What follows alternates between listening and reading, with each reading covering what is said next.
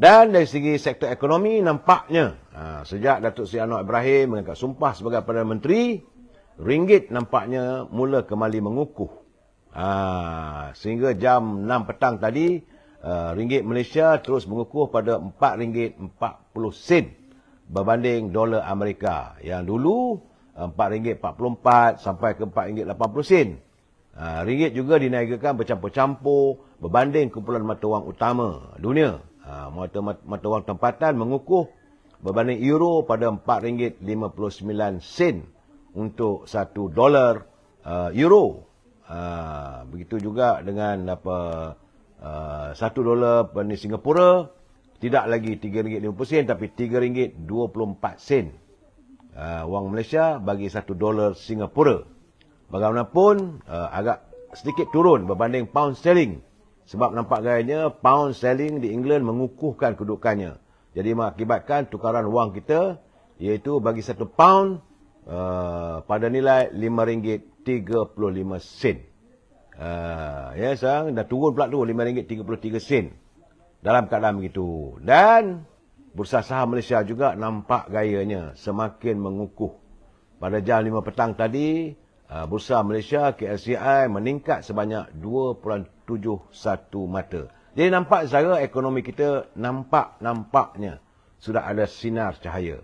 Bagaimanapun kita nantikanlah, sebab saat ini rakyat, pelabur-pelabur masih menantikan barisan kabinet yang akan dibentuk oleh Datuk Seri Anwar Ibrahim. Saya mendapat kiriman, malahan media sosial, media arus perdana juga menyatakan bahawa pengumuman yang sepatutnya diumumkan hari ini tertangguh. Kiriman yang saya dapat saat ini kata besar kemungkinan besok. Dan upacara angkat sumpah akan diadakan pada hari Sabtu. Itu kiriman saya. Malahan unit protokol pun katanya sudah pun bersiap sedia. Bagaimanapun kena tunggulah saudara. Jangan percaya dengan apa yang ada dalam laman sosial ini macam-macam. Orang ni menteri itu, menteri ini. Tunggu, bersabar saudara. Dan saya ingin melaporkan bahawa sebelum ini kerajaan terdahulu pun turut berlaku kelewatan dalam pengumuman barisan kabinet. Seandainya kabinet ini diberterusan, kalaulah lepas pilihan raya akan datang, kerajaan, Barisan Nasional dan Pakatan Harapan masih lagi memerintah, maka mudah. Sebab dah ada barisan kabinetnya, menteri-menteri. Yang ini tidak. Ini kabinet yang baru. Tentulah Datuk Seri Anwar Ibrahim terpaksa meneliti setiap calon-calon yang akan dibawa masuk menganggotai jemaah menterinya. Malahan kali ini saya difahamkan jumlah jemaah menteri berkurangan. Sekitar dalam 24 ke 25 orang. Saya difahamkan begitu. Jadi kalau ada timbalan menteri pun 50 orang saya saudara. Tidaklah 70. Berbeza dengan macam apa yang terjadi sewaktu Datuk Seri Ismail Sabri mengambil alih kuasa di Anjung Perdana sebagai Perdana Menteri. Dia ambil tempoh 5 hari saja. Kerana waktu itu dia inherit ataupun meneruskan jumlah orang jadi menteri. Ini tidak saudara. Dan kali ini Datuk Seri Anwar Ibrahim terpaksa meneliti juga permintaan, perundingan dengan ketua-ketua parti gabungan. Bukan hanya antara UMNO dengan Perikatan Parti Keadilan. Ia juga menyentuh daripada parti daripada Sabah, iaitu parti DRS, DPS, Parti Warisan. Dan saudara, ini juga diambil kira. Parti Amanah, daripada parti DAP. Bagaimanapun dalam keadaan begitu, dalam penelitiannya. Saudara, saya melihat bahawa gambaran yang saya dapat, Datuk Seri Anwar Ibrahim besok akan berada di Tambun untuk mengadakan solat Jumaat, makan tengari, meraihkan kesyukuran. Dan besar kemungkinan lah, mungkin gamaknya beliau memilih Tambun untuk tempat membuat pengumuman. Mungkin, saudara ya. Dan beliau juga akan menghadap Duli Yang Mulia Sultan Perak selaku Timbalan Tuan Agong. Mungkin saya yakin beliau telah pun menyembahkan pada Duli Yang Mulia Sultan Agong, senarai, menteri-menteri yang akan menyertai kabinet beliau. Dan saya melihat tarikh dipilih itu 2. Memang Datuk Seri Anwar Ibrahim ni suka pada perkataan 2. Sebab itu nombor keretanya dulu 11. ataupun 38. Dia suka nombor. Ada orang suka pada nombor, numerologi ya saudara. Saudara Rohaya Adam, bebaskah bosku? Saya dah bagi tahu saudara, pembebasan Datuk Seri Najib hanya dapat dilakukan melalui bidang kehakiman juga. Dia bukan hanya boleh buat pengampunan sebab masih ada lagi kes-kes yang tertunda. Saya berkeyakinan yang paling penting sekali mesti diadakan judicial review. Saya dah bercakap 2-3 malam dah. Saya mengatakan bahawa Datuk Seri Anwar Ibrahim, dia akan meletakkan, menegakkan hukum. Sebab negara ini negara hukum, bukannya undang-undang rimba. Bersabarlah saudara. Cuma saya dimaklumkan, hari ini kesihatan Datuk Seri Najib agak terganggu. Dan beliau telah pun dimasukkan ke hospital untuk menerima rawatan. Sedih juga kita dengar saudara. Rizwan Amy, dia kata Menteri Kewangan, seeloknya siapa? Pada pendapat saya, seelok-eloknya Menteri Kewangan ni biarlah mereka yang benar-benar pakar dalam bidang kewangan. Sebab itu saya katakan ada baiknya kalau, tapi masalahnya ya Muhammad Tengku Razali Hamzah dia kalah dalam pilihan raya. Kalau tidak, calon yang terbaik lah Tengku Razali Hamzah. Dan ataupun mungkin Datuk Seri Anwar Ibrahim sendiri akan memegang jawatan Menteri Kewangan sebab beliau pernah jadi Menteri Kewangan dan mengundang Yang Muhammad Tengku Razali Hamzah sebagai penasihat pribadinya. Mungkin keadaan begitu. Dan saya merasakan kalau ini dilakukan maka mengulangi era zaman negara di bawah teraju Tun Razak dahulu. Bagaimana waktu itu ada Tan Sri Moha, ada Tun Ismail Ali, Yang Muhammad Tengku Razali Hamzah. Ini pakar-pakar kewangan, pakar-pakar ekonomi. Saya berharap agar Datuk Seri Anwar Ibrahim tidak melupakan. Ini bukan soal usia saudara, tapi pemikiran seseorang itu wajar diambil kira. Saudara Rozi Abu Hassan, Saudara Hizam Zaid, Datuk Seri Najib Razak mesti dibebaskan segera. Syahri Mat nak dibebaskan segera ni sebab benda dah berlaku begitu. Bukan mudah saudara. Itulah saya katakan hebatnya Dr. Mahathir ni, dia baling bom aja, macam laru segala-galanya. Bayangkanlah berapa lama Datuk Seri Anwar Ibrahim berada di penjara. Itu keadaannya. Baik saudara, itu keadaan yang saya melihat bahawa isu tentang perlantikan dalam kabinet.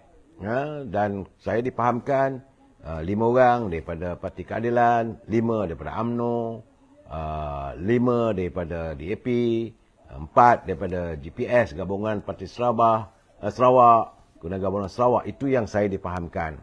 Jika itu berlaku, mudah-mudahan. Tapi Datuk Seri Anwar Ibrahim pun, dia pening juga, saudara. Sebab jumlah ahli-ahli parlimen yang berjaya dari Parti Keadilan ramai. Sampai itu tentulah pengikut-pengikut. Yang masalah sebenar sekarang ni bukan individu. Masalahnya pengikut-pengikut. Cuma saya ingin berpesan pada teman-teman. Hayati kenyataan Datuk Seri Anwar Ibrahim. Kali ini tak ada lagi kontrak rundingan terus. Jadi kita mengharapkan lantik menteri biar mereka menjalankan tugas untuk menangani derita rakyat. Memanglah Saudara Firdaus penasihat ekonomi Datuk Seri Najib. Memanglah. Tapi beliau tidak ada di luar. Itu keadaannya saudara.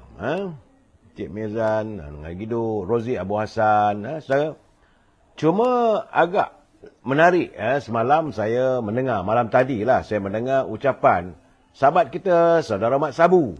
Tiba-tiba Mat Sabu berada sepentas bersama dengan Yang Amat Berhormat Menteri Besar Pahang dari UMNO di Pulau Tioman untuk kempen, siri kempen pilihan raya negeri Tioman.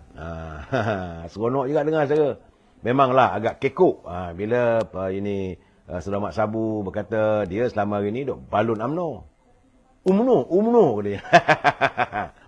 Cuma saya cuba menghayati ucapan Saudara Mat Sabu tu, nampak gayanya ada sesuatu yang dilontarkan oleh beliau. Iaitu dia kata dulu masa beliau bersama dengan PAS, pemuda-pemuda daripada parti PAS tak ada bulu dada. Sebab panjat pokok kelapa untuk pacak tiang bendera PAS dan terpaksa cari buluh untuk menegakkan bendera PAS. Dalam pilihan raya kali ini, kata Saudara Mat Sabu, Parti PAS mempunyai wang yang cukup luar biasa.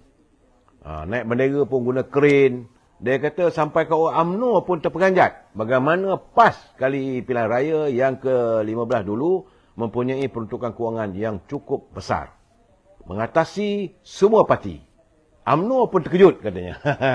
Dalam keadaan begini, beliau menuntut agar disiasat dari mana datangnya sumber kewangan yang diperoleh oleh PAS. Apakah daripada sahabatnya, seakrabnya dari Parti Perikatan Nasional. Ini perlu disiasat. Sebab itu, memang saya melihat saban hari rakyat menuntut agar Datuk Seri Anwar Ibrahim segera melakukan siasatan, terutama berhubung tentang peruntukan kewangan negara yang diumumkan oleh Tan Sri Muhyiddin dulu. Sewaktu beliau mengumumkan perintah darurat, maka diambil katanya lah wang negara daripada kantung negara sejumlah 600 bilion. Dia bukan 600 juta saudara, 600 bilion. Isu 1MDB pun hanya 24 bilion saja, ataupun keseluruhannya adalah 42 bilion yang dimomok-momokkan. Macam-macam ceritalah saudara. Tapi ini 600 bilion. Jadi sudah semestinya ia dikaji dan dilihat. Setari bila saya dengar cara Mak Sabu bercakap, memang cara dia lah. Ada lelucunya. Dan saya rasa kita mengalami episod baru ataupun jajaran baru berpolitik. Kalau dulu Mak Sabu duk balun UMNO bagai nak agak. Sekarang ni nampak-nampak gayanya dia bersama sepentas dengan Menteri Besar Pahang dan calon dan berkempen untuk calon daripada Barisan Nasional. Itulah saya kata segala-galanya berubah. Politik ni secara selalu orang Inggeris mengatakan there is no permanent friend and there is no permanent enemy in politics. Tidak ada musuh yang berkekalan, tidak ada sahabat yang berkekalan dalam politik. Cuma kita sekarang ni menanti siapakah calon-calon menteri yang akan dibawa masuk oleh Datuk Seri Anwar Ibrahim untuk menyantuni rakyat. Itu keadaan saya. Cuma bila saya mendengar pula penjelasan, sekarang ni saya berhasrat untuk mengulas tentang calon-calon menteri, tapi belum lagi disebut, saya tak boleh mendahului. Tapi saya dikabarkan besar kemungkinan hari Sabtu lah majlis angkat sumpah. Sebab tuanku akan berangkat ke luar negara untuk lautan resmi. Dan Datuk Seri Anwar Ibrahim tak boleh lama-lama. Kerana nanti takkan dia seorang saya nak memimpin negara ni. Dia memerlukan barisan kabinetnya. Jadi kalau angkat sumpah hari Sabtu, hari Isnin, bolehlah semua memulakan tugas mentadbir negara sebaik mungkin. Cuma saya melihat pendedahan pula daripada Yang Amat Berhormat Menteri Besar Pahang. Itu Datuk Seri Wan Rosli Wan Ismail. Dia kata punca dia memutuskan untuk memilih Pakatan Harapan dalam membentuk kerajaan negeri kerana dia kata cara Perikatan Nasional ni agak mendadak dan sombong. Malahan dia kata belum dibentuk kerajaan persekutuan pun dah ada offer pada Menteri Besar tu untuk jadi menteri. Sebab dia kata macam mana kerajaan di Kuala Lumpur belum dibentuk, dah offer menteri dah. Orang ni jadi menteri, orang ni timbalan menteri, orang ni jadi speaker. Jadi dia kata macam seolah main-main. Sebab itu saya katakan, memanglah keikhlasan itu akan tercerna akhirnya. Sebab itu akhirnya dia memilih untuk tidak bersama dengan Perikatan Nasional, sebaliknya membentuk kerajaan negeri Pahang bersama dengan Pakatan Harapan. Alhamdulillah hari ini saudara, di peringkat federal, di peringkat persekutuan, kerajaan yang dibentuk adalah dalam ajaran baru antara kerajaan perpaduan, unity government saudara. Bukan kerajaan Pakatan Harapan, bukan kerajaan Pakatan Harapan Barisan Nasional, tetapi adalah kerajaan perpaduan. Saya menambah sikit untuk menangani derita rakyat. Saudara. Cuma yang agak menggusarkan sedikit saya, masih lagi tak selesai lagi saudara. Menurut laporan daripada media sosial MyTV Online, saya rasa ada kebenarannya. Kerana media sosial MyTV Online melaporkan setelah gagal pada cubaan pertama untuk memburukkan Presiden UMNO dalam PRU 15, musuh-musuh Presiden UMNO ini masih lagi berusaha untuk merebut jawatan Presiden daripada Datuk Seri Ahmad Zahid Hamidi. Ini dipanggilkan cluster broker. Ni dia orang mereka akan berusaha. Kabarnya memanglah wang pun sudah pun turun mengalir untuk memastikan bahawa Datuk Seri Zahid Hamidi ini dikalahkan. Kerana inilah kunci kepada pembentukan kerajaan perpaduan. Mereka akan berusaha sehabis mungkin untuk merampas jawatan Presiden UMNO ini, kerana bagi saya satu saja, mereka mahu mewujudkan semula apa yang disebut sebagai langkah Sheraton 2. Kali ini tidaklah Sheraton, tapi langkah Tropicana dan langkah Ampang. Kabarnya begitu. Saudara, sebab tidak dinafikan, saudara, wajah poster boy yang diumpan pada rakyat dalam pilihan raya dulu gagal. Rakyat tak boleh menerimanya, dan dalam keadaan begitu mereka masih berusaha. Ada seseorang yang sedang ditonjolkan untuk mengambil alih jawatan sebagai Presiden UMNO. Sebab itu petang tadi, Datuk Ahmad Maslan selaku Setiausaha Agung mengadakan pertemuan dari hati ke hati dengan seramai 100 lebih daripada 130 bahagian wanita UMNO menerangkan keadaan. Ya, saudara. Jadi sebab itu Ahrim, saya tahu pastikan Pakatan Harapan padu. Ini juga. Kerana dalam pembentukan kabinet nanti, memang semua orang akan ada yang kecewa. UMNO tak usah ceritalah, saudara. Budaya dia orang tu memang begitu, asyik nakkan jawatan. Tapi sebab itu wujudnya 10 orang yang dijaja oleh pihak-pihak tertentu untuk menyokong sana sini. Nasib baiklah Presiden UMNO Datuk Seri Zahid Hamidi dia cepat bertindak dan memegang pada prinsip bahawa semua ahli-ahli parlimen tersebut telah pun menandatangani perjanjian. Jadi mereka tak boleh nak menyeberang. Itulah suasana yang boleh menyelamatkan. Jika tidak, 10 orang dah menyeberang kepada Perikatan Nasional, besar kemungkinan Pakatan Harapan tidak jadi kerajaan. Jadi Datuk Seri Zahid Hamidi dia tegas dan tuntas sikapnya. Sebab itu beliau didendam. Saudara Zek Nasir, tak salah tu dia kata, itulah demokrasi. Memang tak salah, saudara. Tetapi kalau nak ikut demokrasi, mestilah disokong Pakatan Harapan. Sebab mereka, macam saya katalah, bahawa malam-malam saya bercakap, Pakatan Harapan dah menang pilihan raya. Dia merupakan parti yang majoriti di kalangan minoriti. Kena terimalah hakikat ini. Soalnya sekarang ni ada beli-membeli. Apakah ini demokrasi mengizinkan kita menggunakan politik wang? Ini yang disebut oleh Datuk Mat Sabu. Saudara Mat Sabu, dia kata bagaimana datangnya wang yang dibiayai oleh pihak-pihak tertentu. Begitu juga dalam pilihan raya lepas, mereka berbelanja besar. Cuma saya melihat mereka sedang merobek Barisan Nasional ini dengan macam-macam usaha. Sebab itu, sebagaimana kata Timbalan Presiden MCA, dia mendedahkan bahawa di saat-saat awal selepas saja pilihan raya, keputusan pilihan raya diumumkan, terdapat orang yang meminta sokongan kepada Perikatan Nasional. Kerana dimaklumkan oleh pemimpin kanan parti daripada Barisan Nasional itu, katanya bahawa mereka harus menyertai gabungan itu untuk membentuk kerajaan baru. Jadi inilah adalah situasi serupa dengan gabungan Parti Sarawak. Banyak yang saya katakan, dia sanggup terbang pergi ke Sarawak, mengatakan kepada pimpinan DPS di Sarawak bahawa pihak mereka telah pun mendapat sokongan daripada UMNO. Nasib baik.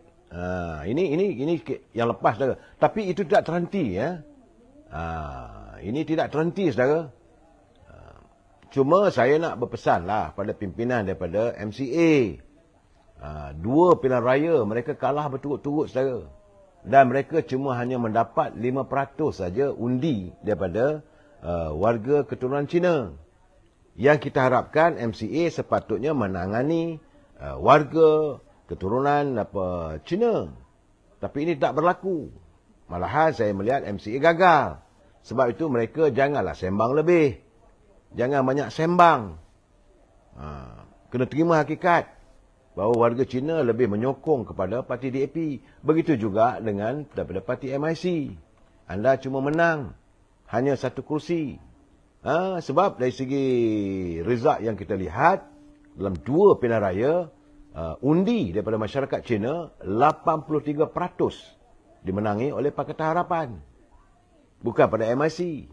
Dan mereka hanya mengharapkan undi daripada warga bangsa Melayu saja, yang tentunya datang daripada UMNO. Sebab itu, jangan sembang lebih lah. Kalau mereka kata, nak ugut lah, nak keluar dari Barisan Nasional, kita katakan silakanlah, tak ada masalah. Malahan, saya rasa kalau mereka tak ada, lebih mudah untuk pilihan raya akan datang. UMNO meletakkan calon-calonnya di kawasan-kawasan yang ditandingi oleh MIC. Pada hari lepas, MIC dapat 11 kerusi. 1 je menang. 10 ruyup. Kawasan itu majoritinya orang Melayu. MCA dapat 42 kerusi untuk bertanding. Menang 2. Artinya 42 ruyup. Ada juga kawasan-kawasan yang majoriti kawasan Melayu. Jadi anda memberi masalah pada kita, tapi kita tak kisahlah, kita berlapang dada demi persahabatan. Siapa yang lebih ikhlas dalam mewujud persahabatan. Sebab itu saya katakan dalam keadaan sekarang ni, saya nak bertanya. Sebab pada 19 hari bulan nanti, berani ke yang 10 orang tu? Saya cuma pergi kepada mereka yang 10 orang. Yang menandatangani perjanjian kononnya, iaitu menandatangani aku bersumpah nak menyokong Perikatan Nasional. Tapi mereka terpaksa patah balik ke belakang disebabkan mereka terikat dengan janji dengan Presiden UMNO. Jadi kalaulah diadakan undian nanti, beranikah mereka menyokong untuk tidak mengundi Datuk Seri Anwar Ibrahim? Hari ini alhamdulillah Datuk Seri Anwar Ibrahim bertambah sokongan bukan hanya daripada UMNO, bukan hanya daripada GPS, begitu juga daripada parti-parti di Sabah. Artinya saya kira semalam 147. Sebab itu kalaulah 10 orang ni tidak bersama dengan kumpulan kita menyokong Datuk Seri Anwar Ibrahim, masih ada 137. Ambil lagi 10 lah katakan, ada lagi 127, masih lagi majoriti. Sebab itu mereka mampu ke mereka untuk mencabar wibawa ataupun keabsahan Datuk Seri Anwar Ibrahim sebagai Perdana Menteri. Ini perlu dijelaskan secara